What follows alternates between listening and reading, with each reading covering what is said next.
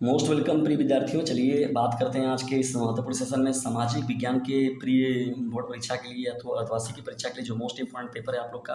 ध्यान से देखिए सभी प्रश्नों को, सभी जो प्रश्न है बहुत ही महत्वपूर्ण है और पूछे जाने वाले हैं और पूछे जा चुके भी हैं। तो इन प्रश्नों को बिल्कुल भी छोड़कर आप लोग मत जाइएगा, छोड़ कर जाएंगे तो बहुत पछताएंगे।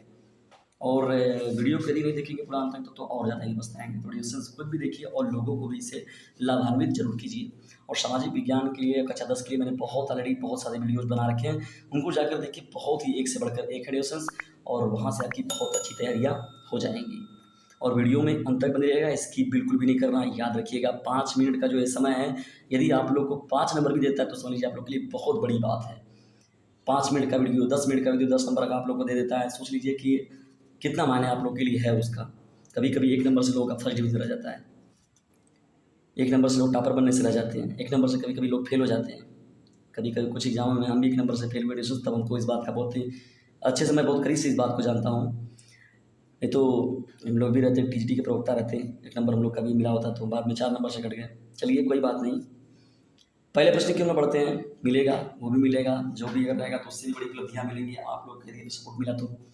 पहले प्रश्न क्यों पढ़ते हैं, राष्ट्रवाद का प्रारंभ किस देश से हुआ, वह कौन है। देखिए क ख ग और घ दिया गया, ठीक है। जर्मनी, इटली, फ्रांस और इंग्लैंड की बात हो रही है।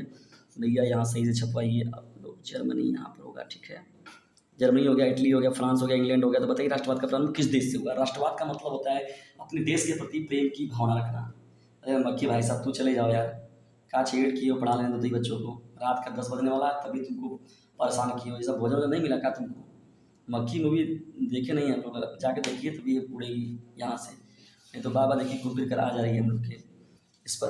तो जाइए मक्खी मूवी को भी देख लिया करें, कभी मनोरंजन भी लेना जरूरी है। बड़ा मनोरंजन वाला मूवी है। मक्खी दिख रही है इसलिए मैं बात कर रहा हूँ। मैं ऐसा नहीं कि मक्खी मूवी मुझको कुछ दी हुई है प्रमोशन करने के लिए मक्खी मूवी का। राष्ट्रवाद का प्रारंभ किस देश से हुआ। देखिए असहयोग आंदोलन का मुख्य कारण क्या था, रॉलेट एक्ट। प्रथम विश्व युद्ध, खिलाफत आंदोलन, द्वितीय विश्व युद्ध। देखिए रॉलेट एक्ट की बात होती है, बहुत ही काला कानून जिसको गांधी जी ने कहा था। सहयोग, असहयोग का मतलब होता है कि सरकार का सहयोग न करना। बहुत ही पॉपुलर डिसीजन, हेडिंग बहुत महत्वपूर्ण है और मैंने बकायदा इसके बारे में बात किया हुआ है और आगे भी मैं बात करता रहूँगा आप लोगों का। लेकिन फिलहाल मैं पेपर के बारे में बात कर रहा हूँ। महामंदी का प्रारंभ किस वर्ष हुआ था। 1919, 1924, 1929, 1934। निम्न में से कौन सा नवीनीकरण योग्य संसाधन नहीं है। पवन ऊर्जा, जल, जीवाश्म ईंधन, वन। भारत में कितने प्रतिशत स्तनधारियों के लुप्त होने का खतरा है। 10%, 20%, 30% और 40%। आगे बढ़ते हैं हम लोग। भूदान आंदोलन किसके द्वारा आरंभ किया गया था ना। महात्मा गांधी, जवाहरलाल नेहरू, विनोबा भावे, इंदिरा गांधी। बहुत ही पॉपुलर प्रश्न है, सभी जो प्रश्न दिखा रहे हैं हम आपको याद रखिएगा। ये तो आप लोग के अति लघु बहुविकल्पी हो गया भाई। अति लघु को देखते हैं हम लोग। अति लघु में देखिए प्रश्न कौन कौन है। खनिज संरक्षण के 2 उपाय लिखिए। भारत में निम्नलिखित भूमि की मात्रा क्या है। भारत में सर्वाधिक मसाले कहाँ उत्पादित किए जाते हैं। बहुत ही महत्वपूर्ण है, थोड़ा सा डिस्कशन आप लोग करना है और फटाक से आप लोग के खाते में जो होगा नंबर जुड़ जाएगा। चलिए आपको देखते हैं लघुत्तरी प्रश्नों को। लघुत्तरी प्रश्नों में देखिए डिस्टेंस, कानला से क्या आशय है। कानला के उन्मूलन में किन्हीं 3 प्रश्नों को बताइए। 11वां प्रश्न देखिए क्या है, संसाधनों का वर्णन करने में के कौन कौन से आधार प्रचलित हैं, सभी आधारों को बताइए। अब आइए विस्तृत क्यों न पढ़ते हैं भाई। विस्तृत का मतलब थोड़ा सा लिखना होगा आपको ज़्यादा, ठीक है। घबराइए बिल्कुल नहीं। कक्षा 10 में पढ़ाते हैं जब बच्चे तो बड़ा डर लगता है उन लोग को भी, कैसे वो लोग इतना ज़्यादा बड़े पैमाने पर लिख पाएंगे। उन लोग को मतलब छोटे बच्चे रहते तो यार कैसे एक पन्ना भराएगा, बड़ा प्रॉब्लम रहता है उन लोगों को। लेकिन कोई बात नहीं दोस्तों, यदि आप पढ़े रहेंगे तो 1 पन्ना क्या 4 पन्ना भी आप भर देंगे। और मैं तो यही कहता हूँ कि मन से लिखिए, मनमानी मत लिखिए। सॉलिड लिखेंगे आपको सॉलिड नंबर मिलेगा। खनिजों को परिभाषित कीजिए। खनिज किस प्रकार आ गए और कांतिक चट्टानों में बनते हैं। यदि ये लिख पाते तो ठीक है भाई, या तो अथवा में देखिए प्रश्न जो है मैं पहले ही बताता हूँ कि जो 15 मिनट मिलता है तो उसमें अथवा के प्रश्न को ध्यान से देखिए, वहाँ से चुनाव कर लीजिए। यूरोप में संस्कृति के माध्यम से राष्ट्रवाद का विकास किस प्रकार हुआ। अब यहाँ पर देखिए उन प्रमुख घटनाओं का उल्लेख करें जिनके कारण वर्ष 1930 में मार्च था, सविनय आज्ञा आंदोलन हुआ था। क्यों हुआ था, कैसे हुआ था। थोड़ा सा ये जो है एक्टिविटी है आंदोलन की। या तो इसके बदले में यातायात के साधनों का वर्णन कर किन्हीं 2 परिवहन मार्गों के बारे में बताइए, ठीक है ना। खंड क की बात होगी। देखिए जानते हैं जब आप सामाजिक विज्ञान या सोशल स्टडीज को पढ़ते हैं तो उसमें 4 खंड होते हैं ना। इतिहास आपका होता है, समाज नागरिक शास्त्र भी होता है उसमें आप लोग का ना, अर्थशास्त्र होता है, ठीक, और उसके बाद भूगोल होता है। तो इस तरीके से आप लोग का प्रश्न शामिल होता है डिविजन्स। बेल्जियम किस महाद्वीप में स्थित है। बेल्जियम बहुत ही महत्वपूर्ण, पहले चैप्टर का ही प्रश्न आ गया है। बेल्जियम किस महाद्वीप में स्थित है, जल्दी से उत्तर दीजिए। 15वां देखिए प्रश्न क्या है, श्रम विभाजन के परिणाम स्वरूप समाज के सार्वजनिक जीवन में किसका भूमिका प्रमुख है। 16वां प्रश्न हम लोग का है, समकालीन विश्व में शासन प्रणालियों के में लोकप्रिय हैं राजतंत्र, कुलीन तंत्र, लोकतंत्र, अल्पतंत्री। तो आप देख ही रहे हैं, प्रश्न तो एकदम सरल सरल दिख रहा है, मिल रहा है आप लोग को, और आसान भी है। तो फटाक फटाक जाइए कमेंट बॉक्स में उत्तर दीजिए, बड़ा आनंद आएगा हम लोग को। कमेंट बॉक्स को मैं नियमित आंसर भी देता रहता हूँ, जैसे कोई भी ऐसा विद्यार्थी नहीं जो ये कहे कि बहुत रेयर में ही जब फरवरी और मार्च का महीना जब चलता है डिस्टर्बेंस वाला, क्योंकि उस दिन एक एक दिन में कितने ज़्यादा सारे कमेंट्स आते हैं, तो उस दिन थोड़ा बहुत उस समय नहीं देख पाते, नहीं तो इस वक्त तो पूरा फुर्सत का समय है। बाकायदे कमेंट्स में आप जो भी अपनी राय देना चाहते हैं जरूर दीजिए।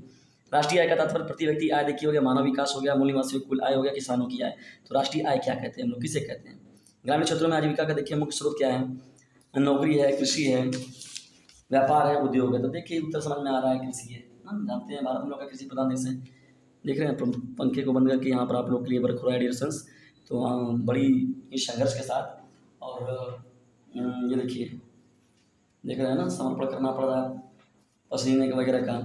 तो आप लोग का एक कर्तव्य बनता है कि खुद भी लाभान्वित हो इससे और लोगों को भी लाभान्वित करें, ठीक है ना डियर फ्रेंड्स। फटाक से इसको भेजिए दूसरों पर। 19वें प्रश्न की ओर बढ़ते हैं, सूचना का अधिकार कानून किस वर्ष लागू हुआ। अति लघु उत्तरीय प्रश्न में जब पढ़ेंगे तो देखिए 20वां प्रश्न, उपभोक्ता आंदोलन की शुरुआत किन कारणों से हुई, प्राथमिक क्षेत्र किसे कहते हैं, नेपाल में लोकतंत्र किस दशक में आया। बहुत ही पॉपुलर क्वेश्चन है ये, नेपाल में लोकतंत्र। लघु उत्तरीय प्रश्नों में जब पढ़ते हैं तो केंद्र और राज्य सरकारों के मध्य सत्ता के बंटवारे के संक्षेप लिखिए। देखिए ये बहुत पॉपुलर प्रश्न है डियर। केंद्र और राज्य सरकारों के मध्य सत्ता का बंटवारा ना, वैश्वीकरण क्या होता है। देखिए वैश्वीकरण, वैश्विक स्तर पर देखिए वैश्वीकरण की बात क्या होती है, वैश्वीकरण और प्रवास को स्पष्ट कीजिए। बहुत ही पॉपुलर क्वेश्चन है ये। लघु उत्तरीय प्रश्नों में देखिए यहाँ पर आप लोग को दिया गया प्रश्न, उपभोक्ता की नीति अधिकारों का वर्णन कीजिए। ये एनसीईआरटी बेस्ड पूरा है विदेशों, क्योंकि एनसीईआरटी सब आप लोग का पूरा सिलेबस भी हो चुका है, और एनसीईआरटी से रिलेटेड आप लोग का प्रश्न उत्तर पूछा भी जा रहा है, वैसे ही आ रहा है। तो याद रखिएगा, अब एनसीईआरटी है और सभी राज्यों, सभी स्टेटों के लिए भी इम्पॉर्टेंट है। तो जिस भी स्टेट और अदर स्टेटों में भी अगर आपके भाई बहन वगैरह क्लास 10th और 12th में, तो उन पर इस वीडियो का लिंक जरूर शेयर कीजिए। बाद में क्षेत्रवाद को केवल यूपी बोर्ड के लिए इंपॉर्टेंट नहीं है, अदर जो बोर्ड के बच्चे उनके लिए बहुत लाभकारी होगा ये। बाद में क्षेत्रवाद को बढ़ावा देने वाले तो कौन से 3 तत्वों का वर्णन कीजिए। देखिए 26वां प्रश्न भी देखिए, बेल्जियम में राजनीतिक प्रणाली विश्व के अन्य देशों से अलग कैसे है, संक्षेप में बताइए। बहुत ही बढ़िया पहला चैप्टर है आप लोग का बेल्जियम ना। बेल्जियम में सत्ता की साझेदारी कैसे हुई थी, बकायदे पूरा का पूरा बात हुआ है ना, वो जो था वहाँ पर, बहुत ही महत्वपूर्ण है। भारत में सार्वजनिक वितरण प्रणाली की 6 कमियाँ लिखिए। इस तरीके से ट्यूशन देखिए आप लोग का एक जो बहुत ही महत्वपूर्ण अर्धवार्षिक है, जिसे हम लोग प्री बोर्ड परीक्षा के रूप में कह सकते हैं हम लोग।